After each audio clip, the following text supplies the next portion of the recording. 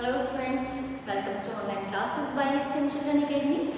As you know, my name is Tamassu Padhi and today I am going to tell you, I am going to teach you how to join the sentences using participle. In the previous video I have told you what is gerund, what is infinitive and what is participle. And in this video I will tell you how to join the sentences using participle.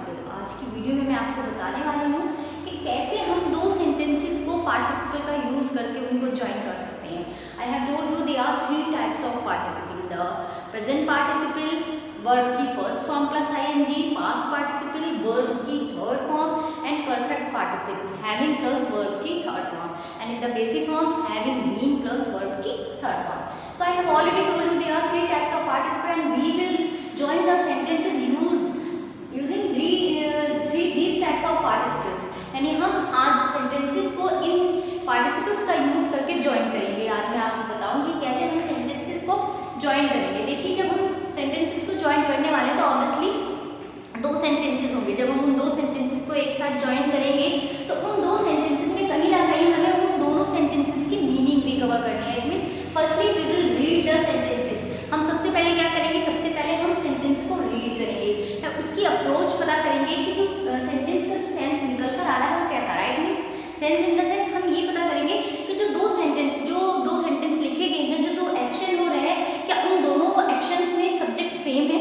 Otherwise दूसरा हम point ये check करेंगे कि जो दोनों verb हो रहे हैं सेंटेंस में वो क्या एक दूसरे के साथ साथ हो रहे हैं. इट मीन्स एक के ऊपर दूसरा डिपेंड हो रहा है, या दोनों सेंटेंसेस का जो कंप्लीशन का टाइम है उसमें कहीं ना कहीं कुछ गैप है या नहीं है. इट मीन्स अगर मान लीजिए एक सेंटेंस के बाद एक दूसरा हो रहा है, यानी साथ साथ सिमुलेस हो रहे हैं, तो हम कह सकते हैं कि हम उन्हें कैसे यूज करेंगे. और अगर किसी एक वर्ड को करने में और दूसरा वर्ड स्टार्ट होने में कहीं भी थोड़ा बहुत गैप है तो वहाँ हम उनको कैसे यूज करेंगे, मैं आपको बताती हूँ. जब दो सेंटेंसेस यानी दो एक्शन एक साथ हो रहे हैं, यानी आगे पीछे हो रहे हैं एकदम, जिसमें हमें एक के बाद करने के लिए दूसरा बिल्कुल भी टाइम नहीं है, हमारे पास बिल्कुल भी गैप नहीं है, तो वहाँ हम उन दो सेंटेंसेस को वर्ब यानी प्रेजेंट पार्टिसिपल की तरह ज्वाइन करेंगे. वर्ब की फर्स्ट फॉर्म में आईएनजी लगाकर हम वहाँ उसको सेंटेंस को ज्वाइन करेंगे. लेकिन अगर दो सेंटेंसेस हैं और एक सेंटेंस के बाद दूसरा वर्ब होने में कहीं थोड़ा बहुत भी गैप है तो वहाँ हम वर्ब की थर्ड फॉर्म लगाकर, इट मीन्स हैविंग के साथ वर्ब की थर्ड फॉर्म लगाकर हम सेंटेंस को ज्वाइन करेंगे. तो देखिए, आइए देखते हैं कि कैसे हम सेंटेंस को ज्वाइन करने वाले हैं. हमारा जो आज फर्स्ट सेंटेंस है वो है the woman saw a bull. Woman ने एक बुल देखा. The bull was coming in her direction. देखिए, मैंने भी आपको बताया कि जब हम दो सेंटेंसेस को ज्वाइन करेंगे तो फर्स्टली हम उन दोनों सेंटेंसेस को रीड करेंगे, उसके बाद हम उन दोनों सेंटेंसेस का मीनिंग निकालेंगे. क्या सेंटेंसेस में जो वर्ब हो रहा है दोनों का, कहीं उसमें कुछ गैप है. देखिए, पहला जो है the woman saw a bull. Woman ने बुल को देखा. The bull was coming in her direction. Firstly तो दोनों सेंटेंस का जो सब्जेक्ट है वो चेंजिंग है ना. दोनों सब्जेक्ट, फर्स्ट सेंटेंस में हमारा जो सब्जेक्ट है वो वुमन है और हमारा जो सेकंड सेंटेंस है उसमें जो हमारा सब्जेक्ट है वो द बुल है.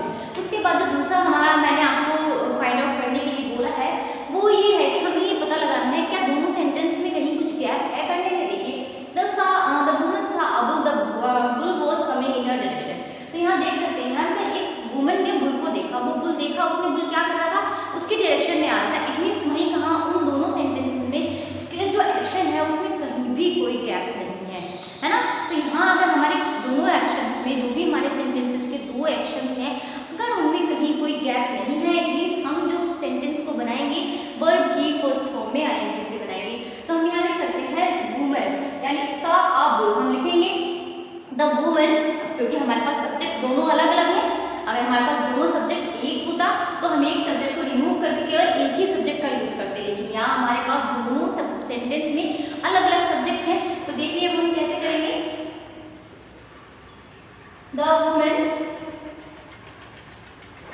Saw a bull. The woman saw a bull. उसने बुल को देखा. कैसे देखा, coming in her direction.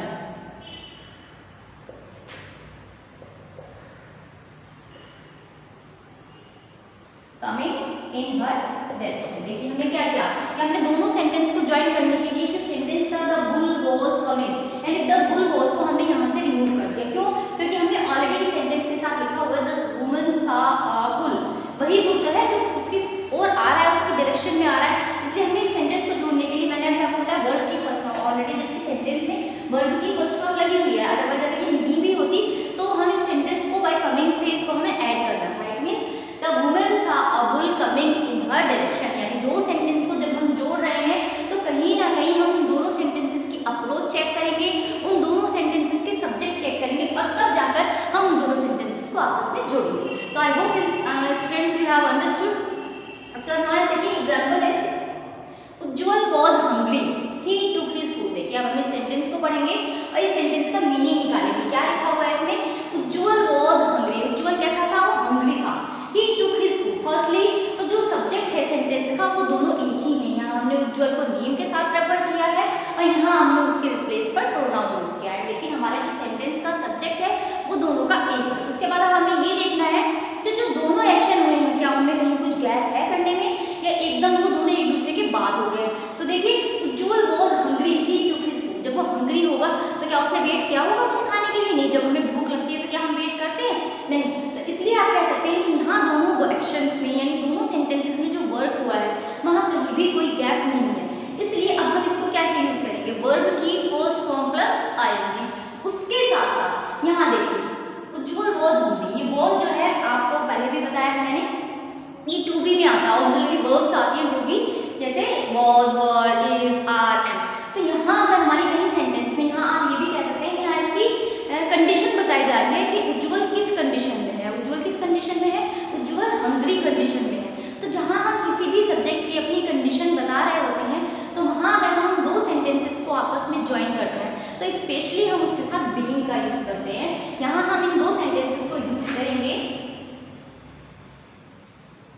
Being hungry, being hungry है ना, और यहाँ हम यूज करेंगे कॉमा लगा के बीइंग हंग्री उज्जवल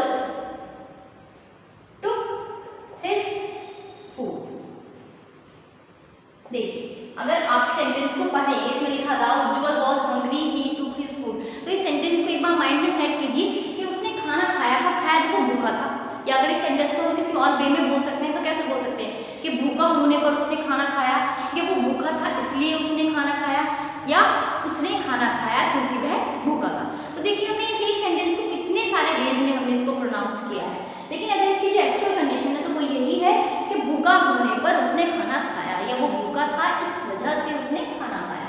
तो अगर हम इस सेंटेंस को ज्वाइन कर रहे हैं और स्पेशली हमारा जो दोनों सेंटेंस का सब्जेक्ट है वो सेम है तो हम एक सब्जेक्ट को यूज करेंगे, अदरवाइज एक सेंटेंस में उसका नेम है दूसरे में प्रोनाउन है, इट मींस तो हम नाउन वाला सब्जेक्ट यूज करेंगे। तो इसलिए being hungry Ujjwal took his food, यानी भूखा होने पर उज्जवल ने अपना खाना खाया। तो आपको समझ में आ रहा होगा कि कैसे हमने यहाँ इन दो सेंटेंसेस को पार्टिसिपल के साथ जोड़ा है ना, पार्टिसिपल यानी प्रेजेंट, पास्ट और परफेक्ट। यहाँ हमने अभी इन दोनों सेंटेंसेस में जो पार्टिसिपल यूज किया है वो भी हमने केवल प्रेजेंट ही यूज किया है। उसके बाद आप देखते हैं हमारा थर्ड एग्जाम्पल, ही टुक आउट हिज रिवॉल्वर, है ना, उसने अपना रिवॉल्वर निकाला, ही फायर्ड एट द डकैत, है ना, उसने उसके बाद अपना रिवॉल्वर निकाला और उसने किसको फायर कर दिया, डकैत को फायर कर दिया। तो देखिए फर्स्टली हमारा जो सेंटेंस है दोनों, उन दोनों सेंटेंस में हमारा जो सब्जेक्ट है वो सेम है ना, हमारे दोनों सब्जेक्ट में सेंटेंस में सब्जेक्ट सेम है। उसके बाद हम ये फाइंड आउट करेंगे कि क्या दोनों एक्शन होने में कहीं कुछ गैप हुआ है या वो एकदम से हो गया। अब आप देख लीजिए अगर हमारे सामने हमारा कोई एनिमी है, यहाँ पे मान लीजिए हमारे सामने कोई रॉबर है और हमारे पास रिवॉल्वर है, तो हम रिवॉल्वर निकाल के क्या कुछ वेट करेंगे उसको फायर करने का, नहीं ना, हम एकदम सडन रिवॉल्वर निकालेंगे उसको एकदम से फायर कर देंगे। तो यहाँ आप सेंटेंस का सेंस समझ रहे हैं कि उसने निकालते ही डकैत पर फायर कर दिया। तो निकालते ही इट मीन्स यहाँ हम जो पार्टिसिपल यूज करेंगे वो हम फिर प्रेजेंट पार्टिसिपल यूज करेंगे, और प्रेजेंट पार्टिसिपल इट मीन्स हमारी वर्ब की फर्स्ट फॉर्म। तो देखिए यहाँ हम यूज करने वाले हैं टेकिंग आउट हिज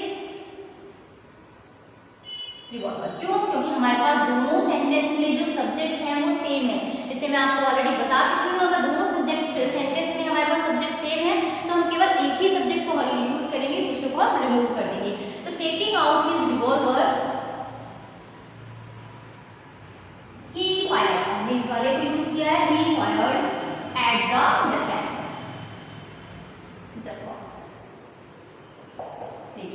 यहाँ हमारा सेंटेंस है, ये जितने भी हमारे सेंटेंसेस हो रहे हैं ये एक के बाद एक हो रहे हैं। इन दोनों सेंटेंसेस में यानी हर सेंटेंस में जब हम इनको ज्वाइन कर रहे हैं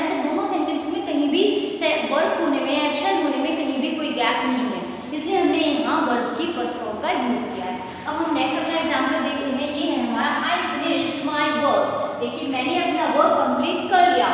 आई कम होम अर्ली, और मैं घर जल्दी आ गया। तो देखिए क्या जो फर्स्टली सेंटेंस है उन दोनों सेंटेंस में सब्जेक्ट जो है हमारा वो सेम है। यहाँ भी आई यूज किया है, यहाँ भी मीन्स यहाँ जो वर्क कंप्लीट करने वाला है वो भी आई है, और जो घर जल्दी आया है वो भी यहाँ आया है। अब हम देखते हैं कि क्या इन दोनों वर्क करने में एक के बाद एक होगा या कहीं गैप। तो देखिए I finished my work, I come home early, यानी मैंने अपना वर्क कंप्लीट किया और मैं घर जल्दी आ गया। तो कहीं ना कहीं एक थोड़ा बहुत गैप है यहाँ दोनों वर्क को करने में। तो इसलिए अगर हमारे कहीं दोनों सेंटेंस में कहीं भी कुछ गैप है तो वहाँ हम वर्ब की यानी हैविंग के साथ वर्ब की थर्ड फॉर्म के साथ हम अपने सेंटेंस को ज्वाइन करेंगे। तो हमारा यहाँ हमारी जो वर्ब की थर्ड फॉर्म यानी फिनिश, उसके साथ हमने क्या यूज करना है, हमें having, having finished, having finished my work, है ना। अपना वर्क कंप्लीट करने के बाद, अपना अगर जो घर आया है जल्दी तो कंप्लीट करते ही तो नहीं आया होगा, कंप्लीट करने के बाद आया है, इसलिए हमने लिखा है हैविंग फिनिश्ड माय वर्क। अपना वर्क कंप्लीट करने के बाद आई कम होम अर्ली।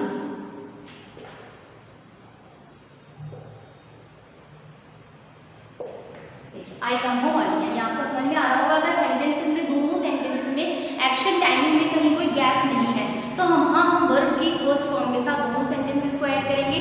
और अगर दोनों एक्शंस में वहाँ कहीं ना कहीं थोड़ा भी गैप है तो वहाँ हम किसको यूज करेंगे, वर्ब की हैविंग के साथ वर्ब की थर्ड फॉर्म। अब दूसरा आता है हमारा यहाँ सेंटेंसेस में वर्ब की अगर फर्स्ट सेंटेंस हमारा पैसिव वॉइस में होता तो हम यहाँ अपना जो प्रेजेंट परफेक्ट पार्टिसिपल है जो पैसिव फॉर्म में होता है वो उसको यूज कर सकते हैं हैविंग के साथ वर्ब की, हैविंग बीन प्लस वर्ब की थर्ड फॉर्म। तो इट मीन्स ये आपको मैं बता रही हूँ कि जब हम दो सेंटेंसेस को ज्वाइन करते हैं, स्पेशली जो पैसिव फॉर्म वाले सेंटेंसेस होते हैं वो बहुत रेयर केस में आते हैं। आपको इन्हीं को ज़्यादा प्रैक्टिस करनी है कि हम कैसे दो सेंटेंसेस को आपस में ज्वाइन कर सकते हैं अपना पार्टिसिपल्स यूज करके।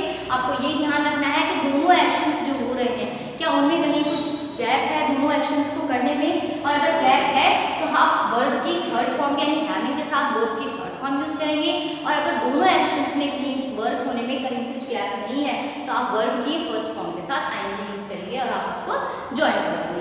सो I hope students you have understood. So please understand this complete video and fill the exercises in your books. Thank you and have a nice day.